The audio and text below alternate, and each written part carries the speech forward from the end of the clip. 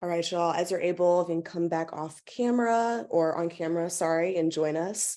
I want to read Ife's bio and then bring us into the questions.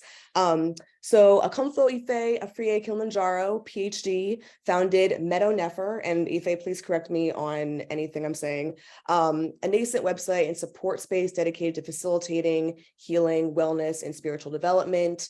She also co-founded this Wind and Warrior, a spirit movement workspace created to integrate activism, healing, and spirituality. Dr. Ife's work is inspired by her extensive experience as a researcher, writer, healer, activist, and a Kumfo priestess in the Kum spiritual tradition. She also co-authored Mott, Guiding Principles of Moral Living, and recently authored My 13-Year-Old View, Sky Island Journal. Dr. Ife's recently released book, which we'll be discussing today, Remembering Purpose, was published in February of this year, where she explores discovering and defining life purpose. And she currently is transitioning from Soul Fire Farm as co-director and managing director to now working with the U.S. Climate Action Network as their executive director. So really grateful to have her here in this kind of stressful transition period, but very exciting space that she's in. And Ife, did you want to add anything else to your introduction, just to make sure I'm missing anything? Well, one thought did pop in my mind. I'm an HU grad, so I know we're in the space of some Howard, HBCU folks.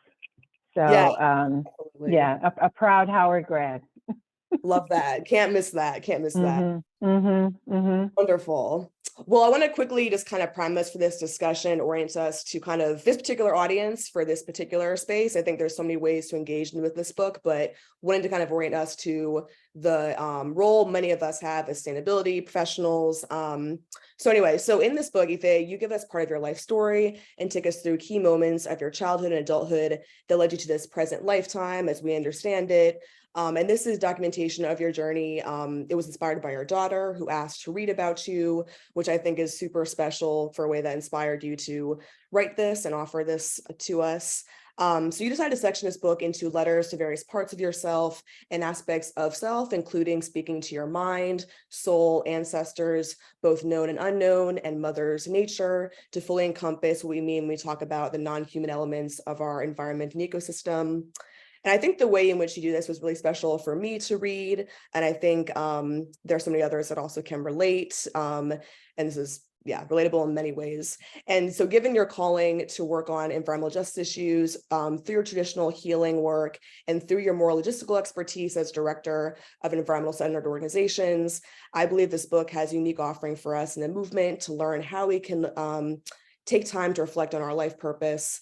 We're now in a time where we have many parts of our society institutions kind of being questioned and really like fundamental decisions kind of being brought into question here. And so I think it's really important we go back to the beginning and understand how we got here, what systems we find ourselves entrenched in or trying to get out of.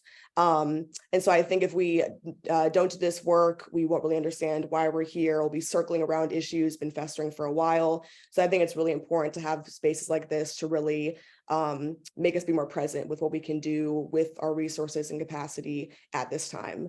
So I wanted to center this conversation around some themes that have been uplifted by the working group that I convened of HBCU and MSI leaders in sustainability and different things they've been challenged by in their role that can kind of help us to orient to where the discussion could go and just to make it more relevant for, again, this audience space. So some themes that have been kind of rising up in these conversations are competition of budgeting between departments and funds not being allocated directly to sustainability programming, lack of representation of BIPOC staff in sustainability offices or in senior level positions, and breaking through what we call the green ceiling. Having to constantly prove yourself or prove that BIPOC frontline communities are deserving of adequate resources and direct funding instead of going through a third party. Having real tangible opportunities and capacity to prioritize collaboration with peer institutions to advance collective sustainability programming at local, regional, state, and national levels, and having a broad understanding of implementation around understanding intersectionality and equity being integrated into internal logistics, development of sex metrics, and sustained partnership development. So that's a lot, but I want to quickly just orient us to those issues being very relevant, ever present in our work together. And the first question I have for you, Ife, is what was your hope for this book's engagement? Did you have glimpses of the kinds of conversations you wanted to have and legacy of the book in mind? Or was this completely separate to you needing your own outlet? And then after, what is your understanding of the give and take in producing such personal resources for community consumption? So please feel free to address that in any way. I can repeat things, but just to start us off. Hmm. Going big. Let me take a breath. Absolutely, absolutely. I appreciate you. Thank you, Blythe. And I appreciate all of the work that you all have been doing together. And then, you know, what you're distilling, what you've just distilled, I think, for all of us. My hope for the book's engagement, let me just back up a little bit and share that that there was something burning inside of me that needed to be born. And I listened. This is one instance where I listened to what that voice was telling me. And I'm starting from that place because I suspect that folks who are in this virtual space, you all, may be able to point to similar kinds of moments in your life where you're feeling that there's something that you're feeling called or led to do. And sometimes we listen, sometimes we don't listen. And in this case, this is a moment where I listened. I listened because, one, it was just speaking so loudly. Also, and I'm just going to move in concentric circles. There are descendants, there are people, younger people who I've contributed genetically to. I have a grandchild that I thought about quite a bit in working on this. I thought about the relationship with my daughter. I thought about my relationship with my mother and grandmother, and my mother's relationship with her mother and grandmother. So it also felt like there was something that needed to be clarified within me, clarified across generation, and some work that needed to take place across generation. And then another circle, from thinking about moving from the inner to the outer, it's also being really clear about why I'm here and what my relationship with my relatives who assume different forms are. And by that I mean the plant, tree, animal relatives that I share this bigger home called Earth with. And so my hope for the book's engagement is, I think, initially to work for me myself to work through and struggle through and clarify things. It's to also be able to have something to share with the folks who came before me and the people who come after me, who are present in this world after me, who I'm sharing this lifetime with. My daughter, granddaughter, my daughters, my granddaughters, those who are yet to be born. And for others who might resonate in having a conversation within themselves and family and community around purpose and what it looks like and means to be alive in this moment, and to have a way of getting clear about why it is that you came, why it is that I came, and to be intentional and purposeful with with this opportunity to have life within this lifetime. So, listening doing, learning at each step of the way. So my hope for engagement, I guess another way of asking that is like, what did I think of, what was my intended audience? I've been asked that, and I know that that's important in writing. I think the most honest answer is, well, whoever is on that journey of discovering and defining purpose. So whoever this method and the stories that contain within them that method, whoever that resonates with, may it be in your hands. But that doesn't fall easily within demographics. So I've been asked, especially in the writing and in preparing to release, but who, like, what's the age group? What's the demographic? And the easy answer, so maybe the less honest but easiest is, well, I guess it has been people who fall somewhere between maybe 25 and 45, possibly. But at the same time, there are folks in whose hands I've put this in who are my seniors, who have found something meaningful in it, because it wasn't their demographic that connected them with this book or that they found something in it, but rather it was the experience of, or the experience of being in this place where they're thinking about, for the first time maybe, or for, the 100th time, what they're doing here, what their role and their purpose is in this moment in their lives, this moment in history. And so I think that, the intention is for the material to make it to the places. And this is my prayer too. May this book fall into the hands of those who are on similar journeys and can engage with it in meaningful ways. So I would say that. And then I also held my granddaughter and my daughters in mind, because there are so many secrets that we carry into adulthood, and that folks in my generation and my seniors have carried into adulthood, and I've seen the destructive way that the weight of these secrets bear down on folks.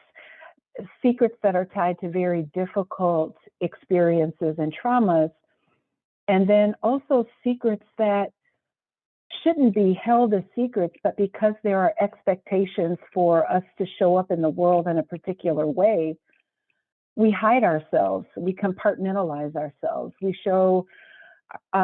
present ourselves in a way that we've been fed is acceptable, when it doesn't reflect our joy and our truest selves. So I wanted to, in thinking about folks who are younger than me, wanting to kind of deconstruct all of that. Like, it's okay to be who you are. It's okay to live outside the lines. It's okay to be who you are, be it. And kind of check yourself against a set of values and principles. Like, that might be the next book. Actually, as I look ahead, it's like, well, what does that mean when we're in community and in relationship with others? So what are the rules that need to exist, but that are that still value us in all of who we are and can be in the world? But I think the unspoken piece of that is like, we need to be who we are, and we need to just break down those secrets, tear down those walls. So I know a bit of a long answer to your direct question.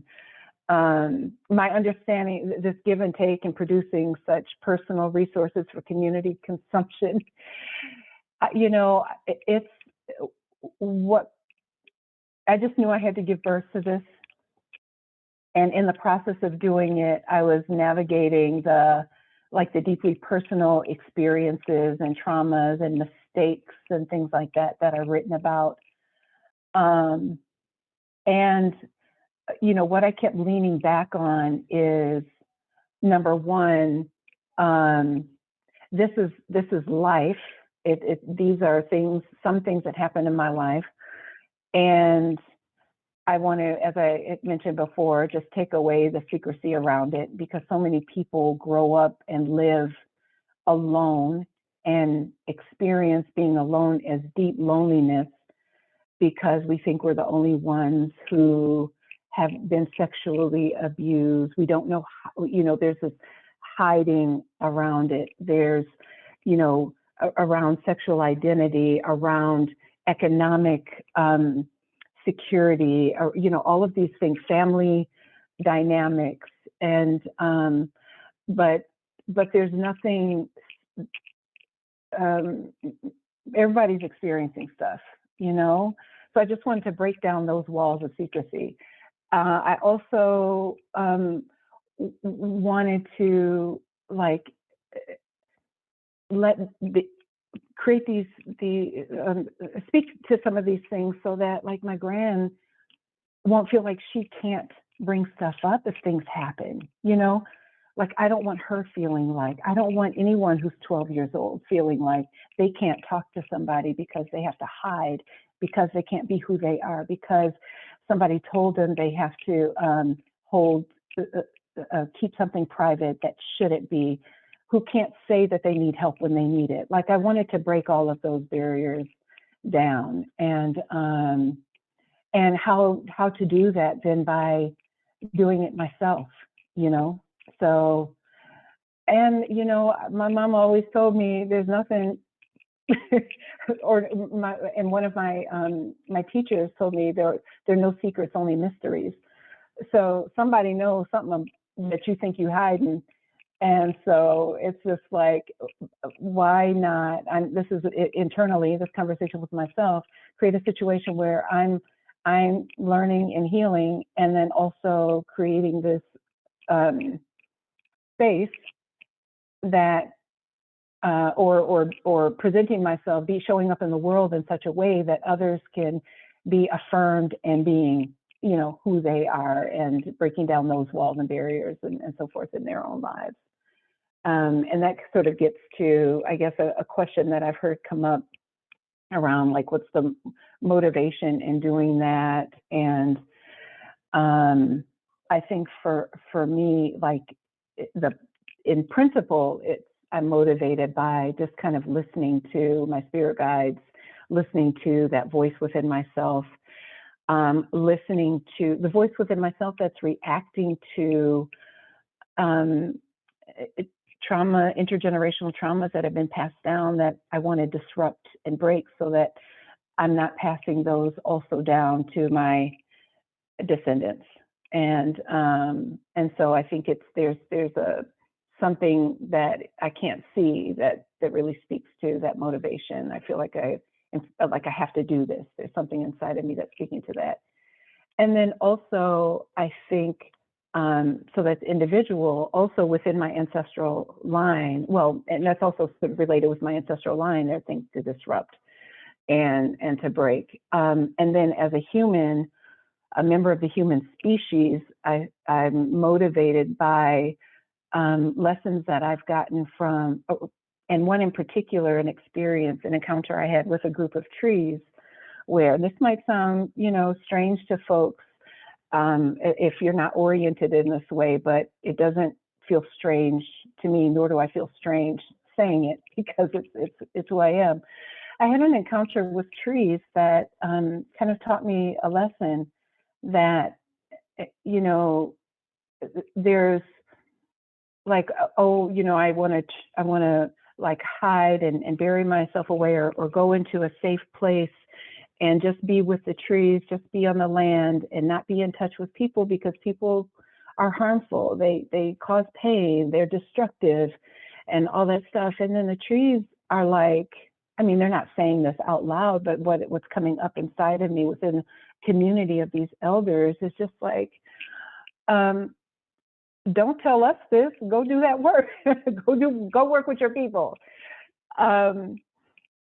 because the trees aren't able to communicate that in the way that in a language that, other people would hear. I speak a language that other people hear who are of my same species. And so, it's sort of like how, what happens when white folks come into Black communities and be trying to, educate with a savior complex. I want to come and save you. I want to help you recycle in your communities. I want to help you learn how to, do this environmental practice or live in this relationship with nature in this way. When no, there are ways that we've been doing this thing. There are ways we've been living in balance with the environment. We don't necessarily need people to come from the outside to save us. We have knowledge within ourselves. Part of it, sometimes we have to remember what that is, but we have ways that we can draw upon. And so it was a similar kind of feeling. I won't say the same because the conditions are different, the beings are different, all of that. But I just want to speak to, there was just having that experience and getting back to that motivation, like, okay, I needed to include this aspect of being in conversation with the earth in this book, because it feels like there's something that needs to be said as a human being who is not about and who does not, who is opposed to hierarchical relationships and hierarchies between human and beings of other life forms. It's problematic. I have a problem with various aspects of, not various aspects, but, having been steeped in colonial capitalism and the ways that it just creates this stank, just on my life. And I'm constantly having to battle the mindset that shows up as, in ways that are associated with a capitalist mindset. And so it's like, so again, part of that motivation is then, what do I do about it? Well, this is one way. So I'm motivated by, I think, working that out within myself and my heart and sharing that process of working it out with others, with the hope that we can find one another and do that together, with the hope that those who are also doing that will continue to do that and know that there are others who are also working on those things. And so that's probably a 25-minute answer to a very direct question. So I'll just pause right there. Nothing is a direct question. Everything. Thank you so much. That was beautiful. I wanted to take us to page 40 to 41. So you ask your soul how it entered your body, and you call what you call like a soul landing. You ask, at what point did you enter this growing body? And assuming you entered before me, at what point did I come? And you go on to talk about how meditation was and is a connecting point for you to align with your soul, and say, as you know, meditation was where we had our earliest conversation. When we could have them, well, perhaps it was like I was talking and you were showing me embodied images, colors, feelings, sounds, and movements, matter and energy in motion to help me make sense of it all. Admittedly, it was hard for me to quiet myself. It was quiet enough to listen and hear you. So I'm wondering if you can reflect on the differences in listening and hearing your soul, and other aspects of your body that you kind of lay out for us in your book, and give advice to how people, how you can make meditation a practice for us, given how hard it is for, I think, a lot of people to find a place to really intentionally sit with themselves. There's all kinds of assumptions about what meditation looks like, what we have to do, virtue signaling, we should be doing this. So I just kind of wanted to get a sense from you, like, how important do you weigh this practice, and what recommendations do you have for folks to kind of be in that space? Yeah, absolutely. What I'd like to offer is maybe a different word, because when I hear meditation, I think about a particular kind of practice that I have to be in a certain space, I have to sit still, I have to close my eyes, and that's what I typically associate with meditation, and doing that anywhere, for however length of time. And that's that's a practice that I do, but it's not one that I do on a daily basis. What I do on a daily basis, and a word that I would like to offer is, or concept, is practicing a kind of stillness, stilling myself. So it's not quite, I guess, meditation in a conventional sense, but for me, I find that when I'm able to kind of still the noise inside, and that I can really get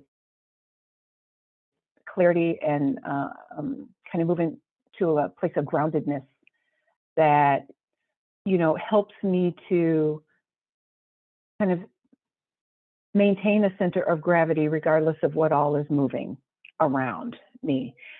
And over time, for me, what that looks like is, my eyes can be open or closed. I can be in a room of 100 people or by myself. I can be in the middle of a meeting in preparation to respond to a question. And essentially, it's just kind of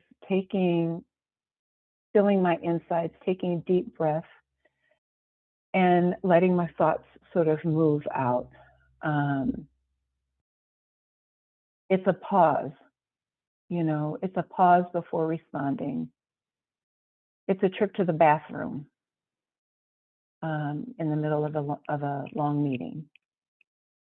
It's in a virtual meeting. I can hear you, but I'll be right back. But I think for me, what I have found really important is to be able to create that kind of inner quiet, because then what that allows is to be able to kind of have a sense of what to do in a situation. Sometimes, we may have to respond or react very quickly to something that's happening, but to the extent possible, I think like a general rule that I have is when there's an intense urgency, what that tells me is I need to slow down. So if someone's saying, you got to do this, we got to get this done right now, I feel like that's a perfect moment to say, wait a minute, I need to still myself for a moment. I need to take this breath. I need to take this pause. I need to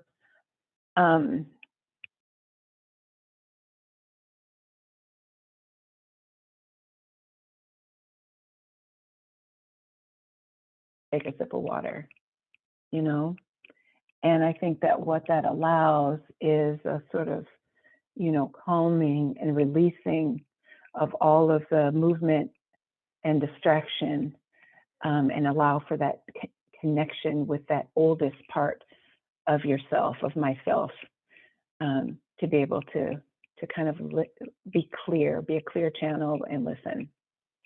So that's what I'll say. And so how do you develop that muscle? I think it's in doing it. It's creating those moments where you're doing it. And then especially in the most intense periods of crisis where everybody is clamoring for your attention. Like those are precisely the moments where you can really build that muscle strong by build that muscle really well in that moment by taking that moment and being still. So I would say that is more of a consistent daily, like multiple throughout the day practice.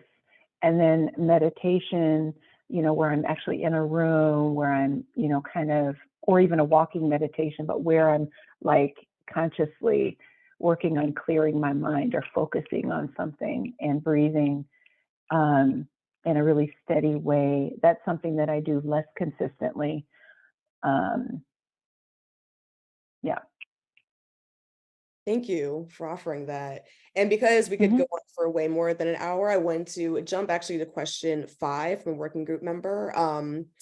which is how has your journey taught you the interconnected ways oppressions manifest themselves, to include climate and anti-Black activism?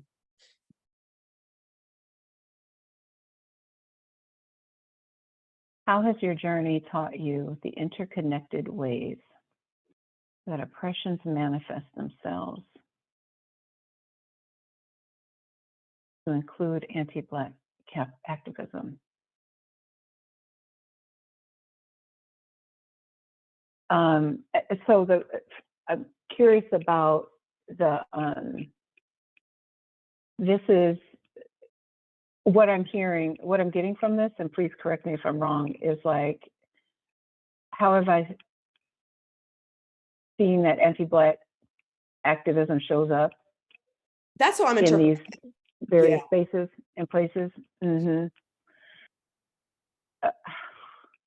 I mean, what I've seen in everywhere that I've been in the world, and every little town around the country that I've been in, every little, big, whatever. I've taken several trips, driving trips across the country, and all of that.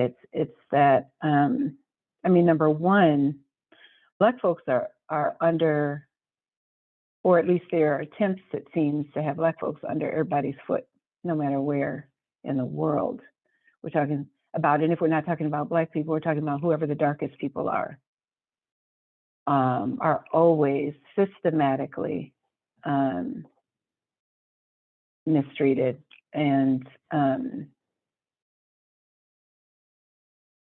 so then why and how and where have I seen that, based on my experiences, show up in movement spaces and in activism?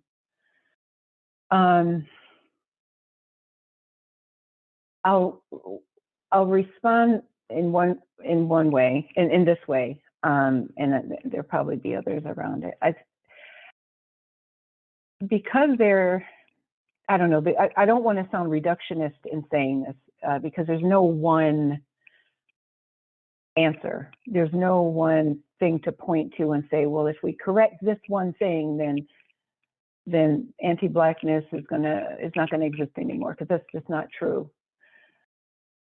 But one thing that I've observed is that in areas of education and pedagogy, schools, which is a second area that it's the place that influences children as they're coming up, only second to families, the families that we're born in.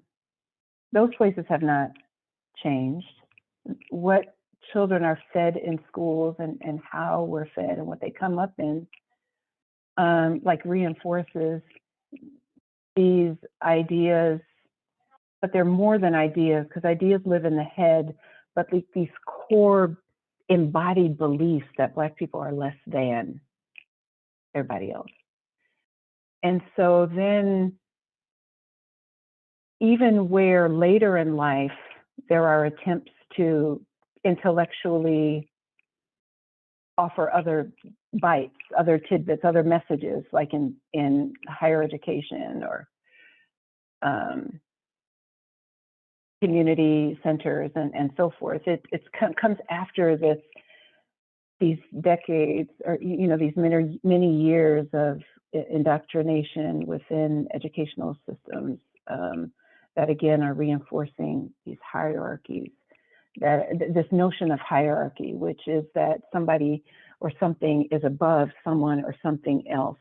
And when we have that overlaid on our head, when that is how we're oriented to the world, to see things being arranged as higher to lower, better to lesser, then it is natural to fit people within those. And with the history that this country has, it's whiter to Blacker, it's lighter to darker, it's wealthier to poor. So it's like all of so people are, and communities and you know, the organization of jobs, all of these things are fit within hierarchies and power dynamics, and then benefits of society get associated based on where people fall within these hierarchies.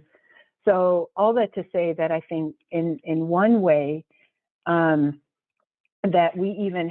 people even have the framework or the overlay, the imprint to consider it,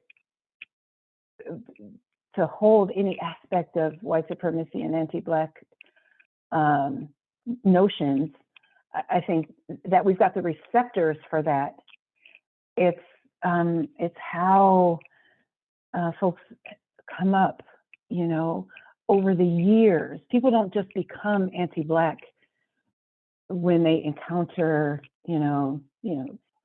activist spaces or movement spaces for the first time, but rather, from early on, folks are raised in particular ways to embrace or to I guess, not question that this is the reality of things. So then when we come up in activist spaces, it's like, of course, anti-Black racism is going to show up, and I don't say that lightly, like, oh, it's, I'm not trying to be light or not appreciate the seriousness of it, because it's our lives are on the line. People's lives are on the line. So so I think education is a big thing area. I think that there's a lot that folks kind of get away with. I think that there's in so many ways Black folks are putting fires out and trying to organize and strategize in a variety of ways that it's like it's jarring sometimes when things show up, and surprising, I think, sometimes when it shows up among other people of color, which kind of gets to another aspect. Sometimes I think whatever the stories are that people of different ethnicities and cultures are fed as they come up can make space for anti-Black racism to show up. And so I don't know, those are a couple of things that come up for me around that. And then what in my experiences has helped me to see that and notice that. I think it's having been in different spaces, it's having observed as a person who is light-skinned, and there are things that I've heard said and having engaged with that where I've had to challenge that, where I've had to push back and challenge some things. And there are other ways that my journey continues to evolve and grow, and which is why I think in the course of my work and activism over the years, it's been important for me to support leadership of Black folks, particularly those who are darker than I am, and support leadership in those spaces. So where I've been able to offer support and expertise has been from behind the lines, and so I explicitly remember, moments where we were mobilizing against administration at Howard, which I think happens every few crops of students. There's always been a pushback against the administration, and so to have been able to stand alongside but behind the scenes in working with folks has been an important contribution that I feel that I've been able to offer, or I guess an important position to take and make. And so, yeah, seen it, been in it, ain't about it. And I think we've got to address it when it comes up. I really appreciate, I don't know if she's still on, but I think I saw Rosita join, and Rosita is at US CAN and has been leading some really important work in helping providing support to members who are trying to help folks to overcome the anti-Black racism and other forms of ism that show up and manifest. And I think, Blythe, you've been involved in some of that work as well. Yeah, as a way of trying to transform these spaces and places that Black folks are in, and that we're making important contributions to. Absolutely. Absolutely. And I need a part 2 of this conversation. We're already at time, so I'm going to limit my questions, and I want to open up to community questions. Anyone that has particular parts of the book you want to ask about, or general framing of things, but want to open up to everyone else here today.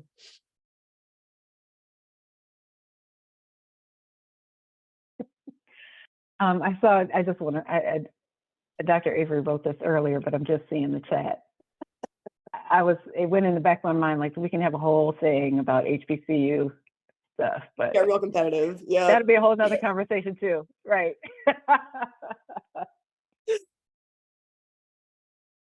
Anthony, I saw you come on camera. Is that a question lingering?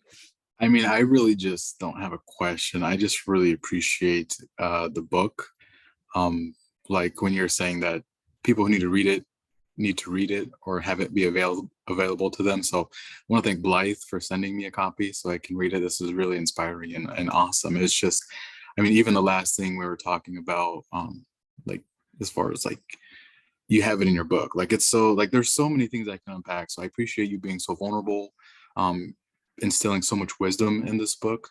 It kind of reminds me because I was born in 1989, and when I went to school, my mom only told me to do 2 things for school in general. She didn't know much about it. She was basically take a typing class in junior high, which helped a lot, and take a family and psychology class. And so a lot of these things that you talk about when you're talking about your mind, running your story to your mind is great. And especially when you're talking about groups, like it only takes one person to have a bad interaction with a person of color or something like that. And then they, they internalize it, right? But because we're so inherently group oriented and social beings in a sense, and like you said it when you went to the music festival, like you felt like you wanted to be there, and it was like women's only or women only, women of color only, and you felt like you belonged, right?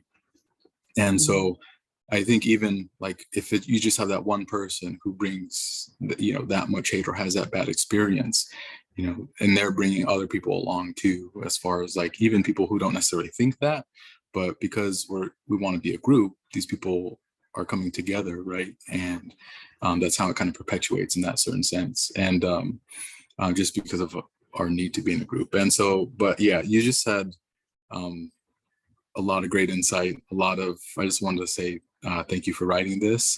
This was especially the email from your daughter was touching, and I could relate in many different ways, right? And so but I don't necessarily have a question. I just wanted to share my appreciation and respect. So because this is kind of like, I feel like my mom told me to take that class in psychology, right? And so we learn a lot about these ideas in psychology and how to work with other people and do those things. And then she also tried to instill a little bit of spirituality, and you have a lot about that as far as like forgiveness and being silent and forgiving yourself, learning other people, because they'll show you who they truly are if you just listen. And then right now I'm just starting my master's degree, so it's kind of like it put me back into that mode. It's like just starting out again. So I feel like it was like where I need to be at this exact moment. So I appreciate that. Thank you. Thank you, Anthony. Thank you for sharing that. Yeah, that was beautiful. Thank you. Dr. Avery, did you want to voice what you had in the chat, or I am happy to read it? I also agree. Just want to give you space.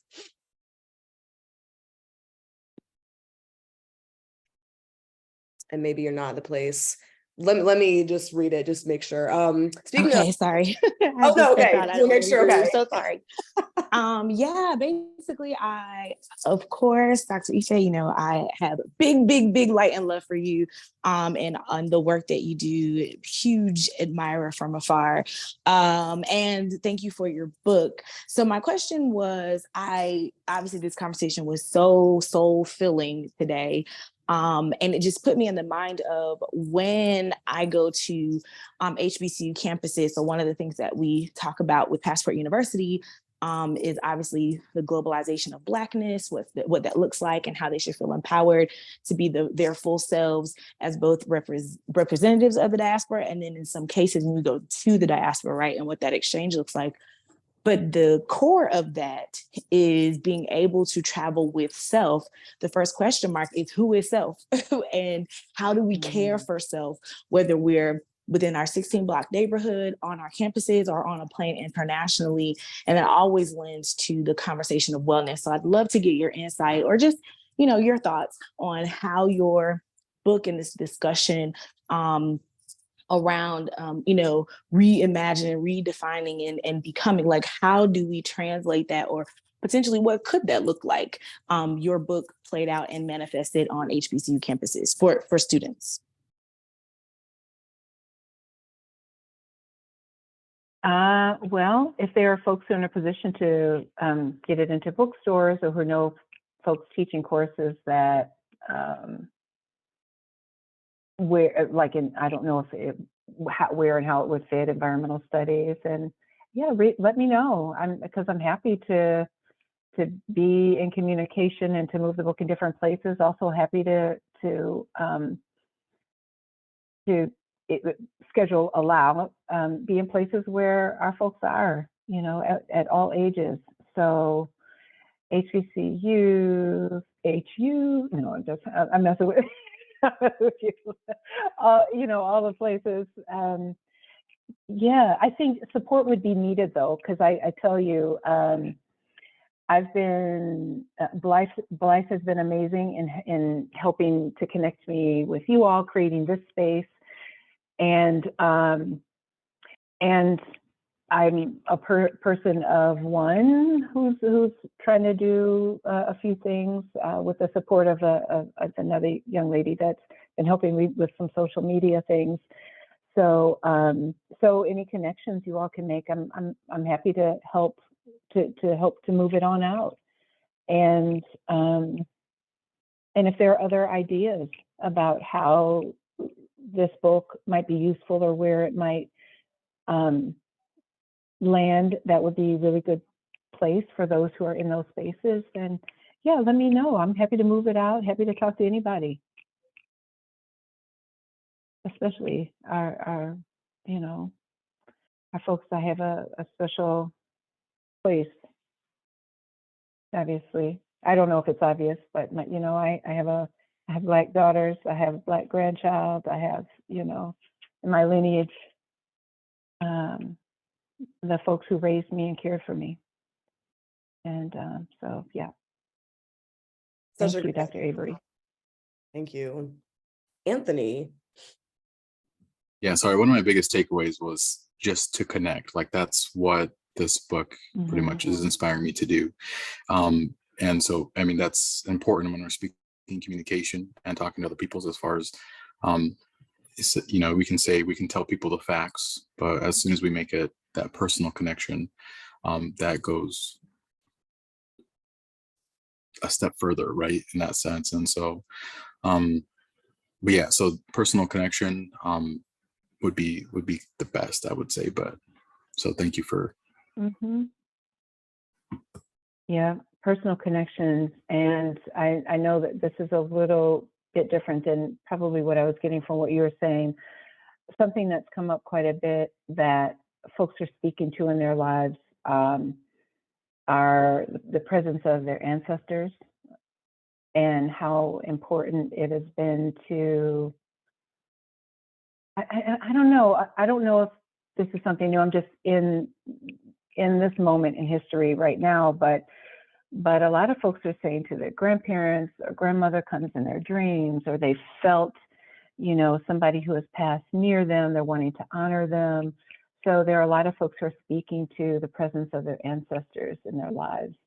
And so like that's something that's come up, and for those who are sort of sitting with that, ancestors, blood and chosen, there are people who are in our lives who we love and connect with that aren't always blood, and are often folks that we've chosen, or that we've learned something from their lives. And so ways that that we can honor them, by speaking their names, by remembering their deeds, by, lighting a candle for them, by, so Anthony, something you said made me think of ancestral connection. And so wanted to put that in here as well as something that folks have brought up when I've been able to be in conversation around this book.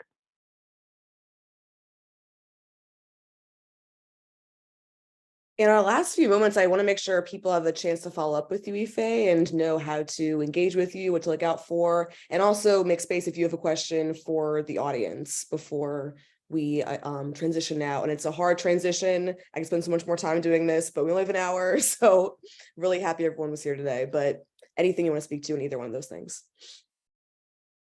Thank you.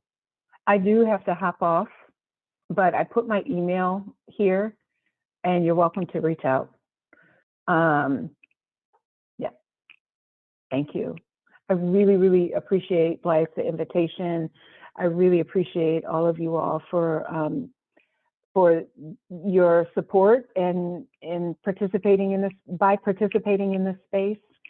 And yeah, if there are places and spaces that I can, you think I would be able to talk about this book in, let me know. And if you have questions or would like to share any part of your journey, you're welcome to share, respectfully and, whatever feels comfortable. Because